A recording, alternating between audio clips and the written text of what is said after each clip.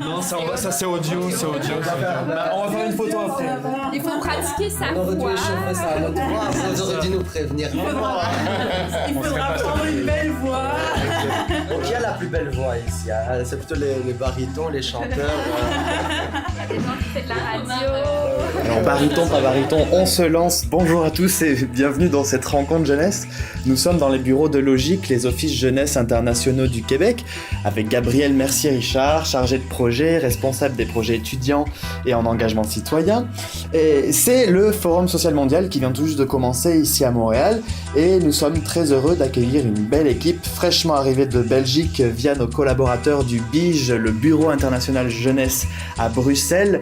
Autour de la table donc Selma, Omar, Nesrine, Asna, Pierre, Oussem, Bilge et Eima. Bienvenue à vous. Vous représentez ici le CVDT, le comité de vigilance pour la démocratie en Tunisie. Et vous allez donner un atelier sur la radicalisation des jeunes. On peut tout de suite le noter, ce sera ce vendredi le 12 août 2016 de 9h à 11h30 au local 208 du Cégep du Vieux-Montréal. Je donne la parole à Gabriel qui va compléter cette mise en contexte et nous entendrons après Omar qui nous présentera votre organisation et son mandat. En fait, j'ai déjà un peu présenté les programmes de Logique, mais pourquoi vous passez ici? C'est quoi le lien avec le BIJ et tout ça? Donc, nous, on est partenaires, on est une entente bilatérale donc, depuis 32 ans entre le Québec et la Wallonie-Bruxelles. Donc, on fait de part et d'autre, il y a environ 300 personnes qui voyagent sur d'autres territoires et découvrir qu'est-ce qui se fait tant au niveau de l'engagement citoyen, au niveau du festival qu'il peut y avoir, des stages et tout ça. Donc, on couvre la Wallonie-Bruxelles, mais on couvre la planète en entier. Donc, on a aussi un office qui s'appelle l'Office franco-québécois pour la jeunesse, qui, vous le comprendrez, qui est entre la France et le Québec. Et on a l'Office Québec-Wallonie-Bruxelles, le lien qu'on a ici. On a aussi un office qui fait Québec-Amérique, donc possibilité d'aller partout dans les Amériques. Et on a aussi l'Office Québec-Monde pour la jeunesse, donc qui permet d'aller sur les autres continents qui n'étaient pas touchés par nos premières ententes. Donc en Asie, en Afrique, en Océanie, même le reste de l'Europe. Donc c'est pas limité au monde francophone. Hein. Non. Il y a quand même une sensibilité. On essaie quand même de connecter la francophonie ensemble de partout où elle est. Mais on touche aussi des ententes qui sont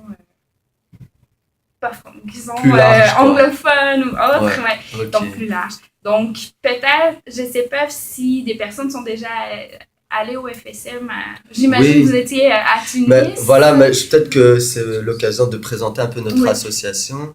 Donc, moi personnellement, Emma, on fait partie du comité de vigilance pour la démocratie en Tunisie. Donc, c'est une association située en Belgique et qui sensibilise les Belgo-Tunisiens à la citoyenneté et à la démocratie suite au printemps arabe qui ont débuté en Tunisie. Et donc, c'est une association qui s'est créée en 2010, vraiment dès le début de l'effervescence. 2011, mais c'était officiellement c'est créé. Mais donc à la base, c'est un groupe de professeurs, de citoyens belgo-tunisiens qui se sont rassemblés pour dire que dire ce qui se passe en Tunisie et faire un peu la communication et sensibiliser les gens en Belgique via des conférences, via aussi des projets. Et parmi les projets, il y a le Forum social mondial. On a participé aux éditions du Forum depuis 2013, je crois. Il y a eu 2013, il y a eu 2015 et maintenant il y a 2016. Parce qu'en fait en 2013 et 2015 c'était à Tunis. Voilà, c'était à Tunis. Et donc on a participé moi j'étais personnellement à la deuxième édition donc à Tunis. La première avait aussi lieu à Tunis. Et donc à ce moment-là, c'était justement ils ont choisi ce pays à la suite de ce qui s'est passé, donc pour faire un peu voir comment se déroule la transition démocratique, parce qu'en fait dans le monde arabe c'est le seul pays qui a un peu fonctionné en termes d'évolution par rapport à d'autres pays qui sont carrément en guerre civile. Et donc voilà, ça c'est une partie des projets qu'on fait. Il y a aussi d'autres projets comme les observations des élections. Donc on a été observer les toutes premières élections en Tunisie, les deuxièmes élections également.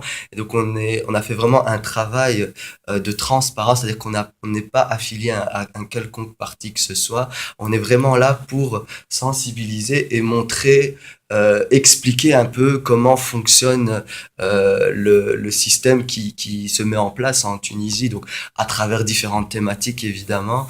Ça va de la question de la femme jusqu'à la transition, à la justice transitionnelle, c'est-à-dire comment juger les responsables des régimes du régime précédent en Tunisie, parce que voilà, il y a un chamboulement, tout le monde est libre de faire ce qu'il veut, ça va de l'extrémiste à celui qui veut se libérer totalement. Donc voilà, on a la démocratie, maintenant on doit apprendre à vivre avec cette démocratie, avec cette liberté d'expression, même s'il y a évidemment encore des pressions de part et d'autre voilà, évidemment il y a le monde qui regarde ce pays-là, il y a des influences, même des ingérences on pourrait dire, pour essayer d'avoir tous les avantages de ce nouveau pays, parce que on rebat les cartes là actuellement, et donc on essaye de voir quels sont les nouveaux intérêts qui se mettent en jeu, et nous on est au centre de ces intérêts justement pour un peu prévenir et expliquer aux gens comment ça se passe.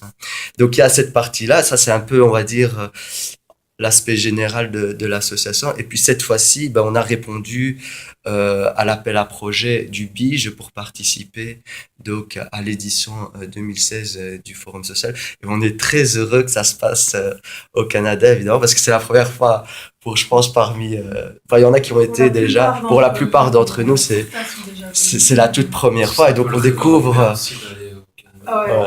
bien chez nous. Voilà. Et on découvre un pays qui est magnifique, vraiment, depuis, évidemment, quand on rentre à l'aéroport, il y a la douane et tout ça, c'est un peu compliqué.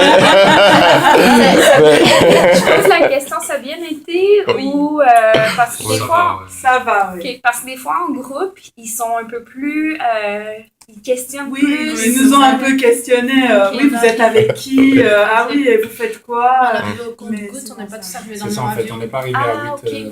Ok, même si on arrivait le même jour, on était dans différents avions. Mais c'est parce qu'en fait, on a eu le subside vraiment très en retard. Okay. Et donc, on a dû réserver vraiment à la dernière minute. Et il n'y avait pas tout le nombre de places pour tout le monde, quoi. Donc, on a dû vraiment faire ça au compte-gouttes, comme l'a dit Houssem. Okay.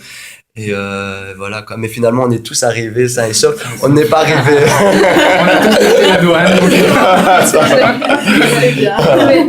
Voilà, et puis, donc voilà, il y en a qui sont arrivés un peu plus tôt, le 5, et d'autres le 8, et maintenant on est tous au complet pour aller participer à la cérémonie d'ouverture qui aura lieu à 14h.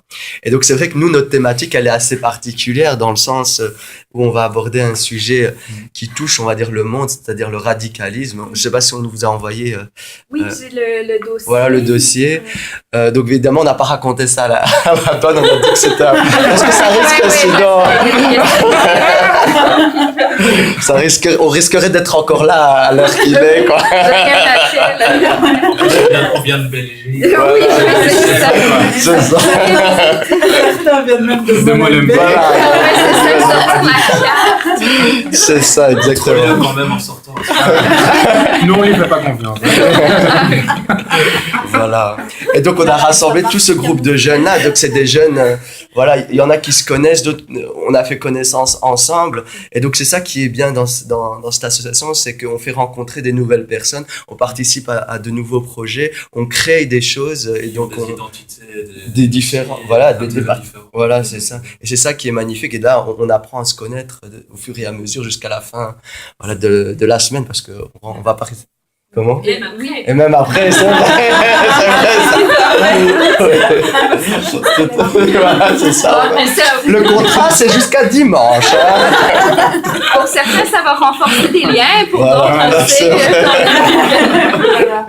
Et puis, est-ce que chacun vous êtes impliqué dans des associations différentes, justement, en Belgique, ou votre lien commun, c'est vraiment Donc en fait, il y a plusieurs critères, hein. Il y a la sensibilité par rapport à la question de la démocratie en Tunisie. Donc chaque citoyen, quel qu'il soit, peut avoir cette curiosité de voir comment elle évolue la démocratie. Donc c'est en fonction de ça. Puis il y a des personnes qui sont dans le monde associatif. Il y a des personnes qui étudient, un peu qui sont anthropologues, qui font des recherches sur la Tunisie. Voilà, et il y en a qui apprennent, il y en a qui sont plus expérimentés. Et puis voilà, c'est un peu le mélange de tout ça qui fait que... Je vais pas parler à la place des autres. Oussem, un petit mot sur ton expérience à toi? En fait, quand j'étais étudiant, j'ai eu l'occasion, dans le cadre de mon cursus, de participer à un projet humanitaire en Inde. Et donc, tout au long de l'année, on avait dû faire des activités pour récolter l'argent. Et une fois sur place, on a aidé à terminer les chantiers parce que c'était en fait le financement de quelques maisons dans le sud, dans un village du sud de l'Inde. Et donc déjà, là, j'ai eu un premier contact avec, on va dire, tout ce qui est développement social. Et par la suite, une fois que je suis parti en échange en fait en tant qu'étudiant en Espagne, j'ai fait la connaissance sur place d'une association qui s'appelle l'ESN, donc Erasmus Student Network. Et j'ai eu en rentrant à Bruxelles, en fait, je me suis rendu compte que dans mon autre école, c'était pas présent. Et du coup, avec une amie, on a décidé d'ouvrir une petite antenne de cette association-là qui est implémentée partout en Europe. C'est un énorme réseau, je crois que c'est un des réseaux étudiants le plus important en Europe, c'est sûr, dans le monde à voir, après l'AIESEC ou quoi, c'est vraiment très, c'est du lourd, quoi. Et du coup, voilà, pendant mes 2 dernières années de master, j'organisais des activités pour les étudiants qui venaient en échange à Bruxelles. On les emmenait visiter les différentes villes du pays. On organisait des activités, des événements, des soirées. Donc voilà. Et après, une fois que j'ai commencé à travailler, c'est vrai que j'ai été un petit peu déconnecté de cet aspect-là, mais ça fait toujours plaisir de se replonger là-dedans, surtout si c'est un projet, comme il a dit, enfin, un sujet qui touche le monde en ce moment et l'actualité. Donc, Selma, on t'écoute. Alors voilà, moi, pour ma part, je suis d'origine tunisienne, donc clairement, ces questions-là m'intéressent beaucoup. Et par ailleurs, j'ai étudié le droit, je suis avocate. Et d'ailleurs, quand j'étais à l'université, je participais pas mal aussi à des activités d'Amnesty International pour les étudiants, etc. Donc, j'étais fort sensibilisée par la question des droits de l'homme et donc qui posait effectivement beaucoup de problèmes en Tunisie et qui en pose encore aujourd'hui, non seulement en Tunisie aussi, mais ailleurs partout dans le monde. Donc voilà, c'est surtout par ce pan-là que je me suis intéressée ici au forum et à la question, aux questions liées aux droits de l'homme. Voilà, c'est ça. Ok, on continue le tour de table avec Nisrine. Moi, j'ai participé à plusieurs activités associatives, mais un petit peu dans un autre domaine qui est celui de l'insertion professionnelle. Et donc, c'était quand j'étais étudiante en France, parce que je suis franco-tunisienne. En fait, j'ai travaillé avec une association qui favorise l'insertion professionnelle des étudiants en biologie. Et donc, on organisait des événements avec des représentants de différentes entreprises qui venaient présenter leur métier. Et puis, c'était l'occasion de créer un réseau professionnel pour les étudiants. Et ça leur permet en fait de trouver du travail plus facilement après leurs études. Donc voilà, donc c'était dans un autre domaine. Et puis maintenant, je découvre un autre domaine qui est un peu plus, un peu plus social, avec un enjeu plus humanitaire peut-être. Et un enjeu très actuel aussi. Bilge, quelques mots sur ton parcours à toi? Oui, moi j'ai fait mes études en sciences politiques, donc tout ce qui touche à l'immigration, questions d'ethnicité religieuse m'ont toujours intéressée. Durant mes études, j'ai été membre du cercle Amnesty étudiant. J'ai été surtout active durant mon bachelier, plus vraiment pendant le master parce que j'avais plus vraiment le temps, mais là, avec le cercle, on organisait des projections de films, on essayait de sensibiliser à la question des droits de l'homme. Mis à part ça, moi je suis à la différence des autres, et non, enfin de Pierre et Hasna ne sont pas non plus d'origine tunisienne. Moi je suis d'origine turque, belgo-turque.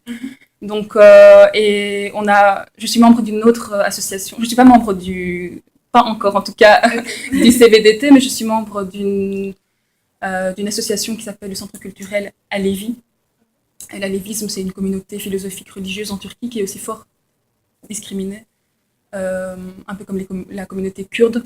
D'ailleurs, on sensibilise beaucoup, on organise beaucoup de conférences. Dernièrement, on a fait une grève de la faim pour sensibiliser les gens et attirer l'attention vers ce qui se passe actuellement en Turquie, dans les régions du sud-est.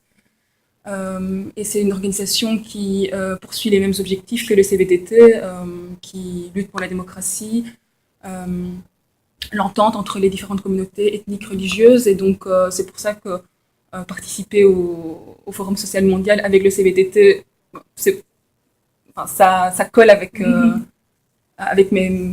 mes opinions, mes convictions. Et on s'est dit aussi que peut-être ce sera l'occasion plus tard de faire des choses ensemble, des activités ensemble.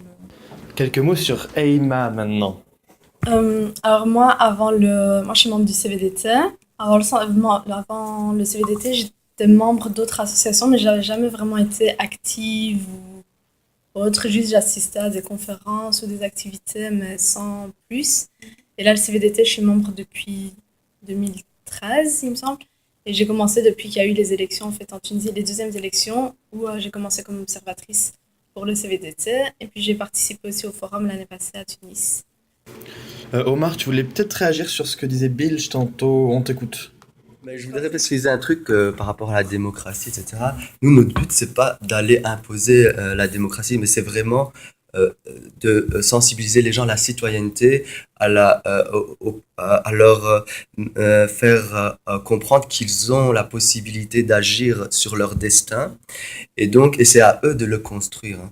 Parce qu'on parle souvent d'imposer la démocratie, et c'est pas le but. Hein. Et ça ne marche pas. Parce que parfois, on essaye d'imposer la démocratie à coups de mortier. Et puis, c'est le désastre qui se pose. Alors moi personnellement, c'est vrai qu'avant le CVDT, je faisais partie d'autres associations. D'ailleurs, je suis dans le monde associatif depuis l'adolescence. J'ai participé à des projets humanitaires, notamment sur la problématique de l'eau dans le monde. Je faisais partie du Youth Water Network.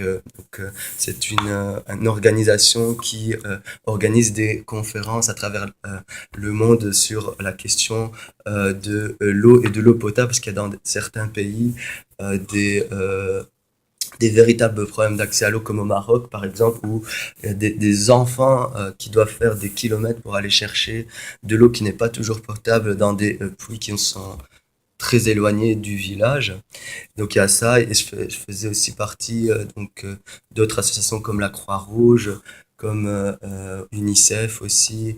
Donc voilà, j'aime m'impliquer dans le monde associatif parce qu'on apprend beaucoup de choses, on prend conscience de certaines choses, on reste pas sur ses acquis, on se remet toujours en question et on essaye d'évoluer, parce que juste c'est pas en restant dans son cocon qu'on s'émancipe dans la société. Puis là, vous êtes inscrit au FSM, mais vous allez chercher votre cocarde, votre badge? On compte y aller juste après. C'est bon. Donc là, mais quand vous allez commencer officiellement à rentrer dans les activités du FSM et tout, là, encore là, c'est tout un autre réseau. Autant, je sais pas si... Non, je pense que ça va être très international au niveau des enjeux qui sont parlés. Dans le sens, je pense pas qu'ils vont prendre que des exemples du Québec. Il va peut-être avoir une sensibilité sur certains des enjeux. Mais après ça, dans les partenaires... Non, mais oui, mais justement par rapport à ça, on posait la question hier à nos participants. Qu'est-ce que vous pensez du fait que Montréal ait été choisi pour accueillir l'édition 2016 du Forum? C'est quoi votre avis sur ça, sachant que c'est la première fois que ça se passe dans un autre pays que dans un pays considéré comme du Sud?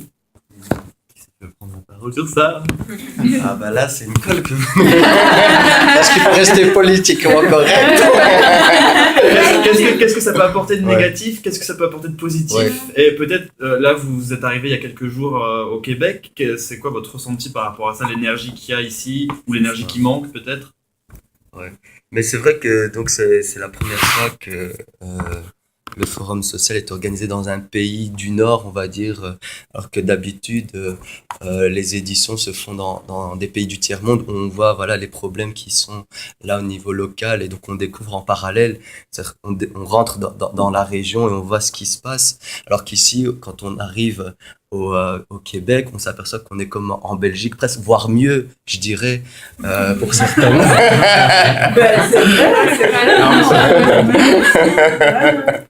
C'est vrai. Donc voilà quoi.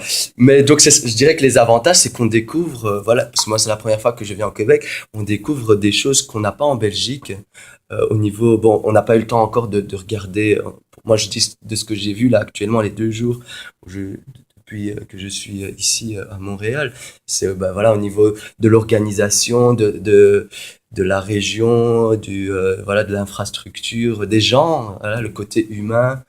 Voilà, on rencontre des personnes qui sont vraiment très hospitalières, ouvertes. Voilà, on était en train, avec notre carte, de chercher une adresse. La personne est venue sans qu'on lui demande nous montrer où se trouve le marché Jean Talon. Hein, Et ça, c'est... voilà. Donc ça, c'est vraiment... Et puis, elle nous a conduit vraiment 5 minutes à pied. Elle nous a ramené le chemin et puis elle est repartie, quoi. Alors que c'était pas sur son chemin, peut-être. Peut-être, oui, j'en sais pas.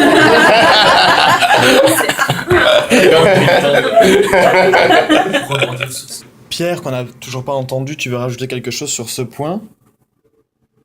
Certains peuples du Sud pourraient se sentir biaisés aussi de ne pas voir leurs droits représentés. Enfin, je veux dire, dans un de leurs pays, mais à mon avis, c'est sûrement géopolitique aussi, parce qu'il y a une grande instabilité partout en Afrique subsaharienne et dans le Moyen-Orient. Donc, ça aurait pu être l'Amérique latine, mais bizarrement, moi, je trouve que le fait de l'avoir organisé une fois dans le Nord, ça peut être un signe d'ouverture aussi, de mondialisation, de Qu'un pays transnationalité développé positive. où tout se passe relativement bien s'intéresse à des questions.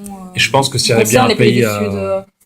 C'est surtout ça, à mon D'ailleurs, avis. ça permettrait de sensibiliser les gens d'ici. Parce que si on va toujours dans les endroits où ça ne va pas, bah oui, ok, les personnes qui vivent là, elles sont déjà au courant des problèmes. Ce qu'il faut, c'est sensibiliser les personnes qui vivent très bien, les personnes comme nous, hein, qui ont un toit sur leur tête, qui ont de l'eau potable, qui mangent à leur faim. Donc voilà, c'est plutôt ces personnes-là qu'on devrait sensibiliser. Ça donne une visibilité, quoi, comme elle dit, au Nord. Et c'est vrai que, moi c'est très personnel, mais on se rejoindra tous là-dessus à mon avis, c'est que, a priori, s'il y a bien un pays, je pense, du Nord occidental qui pourrait accueillir ce genre d'événement, au niveau de la culture civique, de la mentalité, etc., je pense que, a priori, le Canada ou le Québec fait bien l'affaire, parce que c'est vrai qu'on observe un certain esprit du multiculturalisme, du vivre ensemble, qui est assez poussé, et même géopolitiquement, vous avez vos propres problèmes internes, notamment de droits des minorités, etc. Mais le Canada, jusqu'à preuve du contraire, n'est impliqué nulle part dans du colonialisme, dans de l'ingérence dans de l'ingérence mondiale. Donc, c'est pas hypocrite comme démarche, parce que on pourrait dire si la France l'avait organisé, bon. Voilà, d'autres pays, les États-Unis, quoi, mais pas beaucoup de montage. Mais donc c'est cohérent. Ouais, c'est vrai, c'est français, oui, je le savais. Mais la Belgique aussi, et donc je pense que c'est cohérent internationalement parce que c'est important pour les peuples du Sud aussi. Ils peuvent ressentir ça comme une violence si on organise ça dans un pays qui les pille depuis 50 ans. Quoi. Et la neutralité qui est appréciable. Après, c'est pas la même génération. Non. Et puis, maintenant, pour regretter quand même l'incident peut-être diplomatique au niveau des douanes, parce que c'est vrai qu'apparemment, il y a des grands leaders du Sud qui sont refusés. Et ça, c'est peut-être ce sera le gros bémol, peut-être. Plus tôt, vous mentionniez qu'il va y avoir des ateliers qui vont être donnés dans le cadre du FSM. Donc, pouvez-vous donner un peu plus de détails, puis quand est-ce que vous les donnez? Comme ça qu'on peut les noter à l'agenda. C'est suite donc, à ce qui s'est passé. Là, il y a eu il y a eu les attentats qu'on a décidé, voilà, parce que moi je travaille dans une association d'éducation permanente. Je ne vais pas commencer à expliquer tout ce que je fais, parce que sinon je vais durer. Mais donc, en tout cas, voilà, on a choisi de parler de la question du radicalisme et de comment, on va dire, réfléchir sur cette question, parce qu'il y a plusieurs Parce que quand on regarde les médias, on fixe le curseur sur l'islamisme, le radicalisme, mais il faut essayer d'étudier la question sur plusieurs aspects, de voir comment est-ce que une personne se radicalise, quelle est la démarche, le processus, quelle est, on va dire, l'histoire du radicalisme depuis les attentats, et même en remontant dans le passé, parce qu'il y a eu, même pendant la guerre mondiale, il y a eu des phénomènes radicaux et aussi faire la distinction entre ce qui est radical et ce qui est plutôt révolutionnaire, parce que voilà, parfois on confond les deux aussi. Donc c'est vraiment essayer de dénouer tout ce qu'on raconte dans les médias, parce que voilà, la personne est figée à son écran de téléviseur 24 heures sur 24 avec les flash infos qui répètent, et donc ça fait, on a un sentiment de terreur, de peur et tout ça, donc on a envie de plus de sécurité, mais donc nous on essaie un peu de dénouer tout ça pour mieux comprendre, et donc ça à travers différents points qu'on va... Je veux juste dire que l'idée, en fait, de cet atelier est venue même avant les attentats. Parce qu'en fait, la Belgique et la Tunisie font partie, on va dire proportionnellement à leur population, font partie des pays qui envoient, on veut dire ça comme ça, le plus de personnes en Syrie, en fait.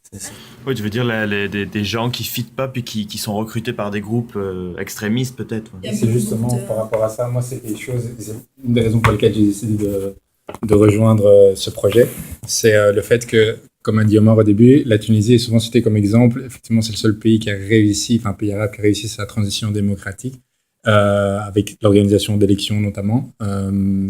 Mais d'un autre côté, c'est aussi le pays qui envoie le plus de combattants en Syrie. Donc, il y a vraiment un gros contraste là entre les deux. Et puis, voilà, le fait que nous, en tant que, enfin, je parle pour moi plutôt en tant que Européens musulmans, on fait aussi partie un petit peu de cette minorité qui peut parfois être un petit peu, je ne vais pas dire montrer du doigt, mais vous savez, c'est genre, on nous reproche parfois de ne pas en faire trop, de ne pas justement dénoncer tous ces actes qui ont lieu, de justifier, on se sent obligé d'expliquer, etc. Donc c'est pour moi, et moi je le fais avec plaisir, moi je dis toujours la meilleure réponse possible, c'est moi-même en tant qu'individu, mon comportement avec les autres, etc. Mais c'est clair que qu'il y a l'opportunité d'expliquer ça, genre dans mon entourage je le fais, mais à l'échelle un peu plus importante, donc dans le cadre du Forum social mondial par exemple, bah, c'est encore avec beaucoup plus de motivation et d'envie justement qu'on s'implique, et pour essayer de montrer que voilà, certes il y a cet aspect-là, mais il y a aussi beaucoup de mouvements dans la société civile pour justement dénoncer et essayer de trouver une alternative, et donc voilà, c'est une des raisons principales en ce qui me concerne en tout cas au niveau de la participation à ce projet. Et puis c'est vrai qu'ici on ne doit pas être musulman pour se justifier, c'est un problème de société. Les personnes qui c'est des citoyens qui sont belges qui se radicalisent, donc c'est la société belge de trouver une solution, et française voilà, de trouver une solution, et là on demande à une communauté religieuse de se justifier alors qu'elle n'a rien à se reprocher finalement. Je pense aussi quand vous allez vous donner votre atelier ici, je ne sais pas s'il va y avoir des Canadiens, des Québécois. Ça va être intéressant l'interaction parce que toute la question, je pense qu'elle n'est pas perçue de la même façon ici au Québec qu'en Europe. Ben, mieux gérer ou ça reste. Vous êtes moins confrontés. C'est ça. Reste. Je ne sais pas. Après, Il n'y a pas eu d'attentat ici. Voilà, contredisez-moi si j'ai tort, mais voilà, il n'y a pas eu d'attentat ici. Nous, on a des attentats là tous les jours en Europe. Là, récemment, c'est vraiment. On en a 3 par semaine et c'est devenu normal, quoi. Donc à un moment donné, il faut qu'on agisse. On ne peut plus rester là en spectateur et simplement se dire que non, voilà, c'est des radicaux, ils sont perdus et ils ne sont pas récupérables. Non, il faut qu'on trouve des solutions. Voilà. Et c'est l'objectif de cette activité.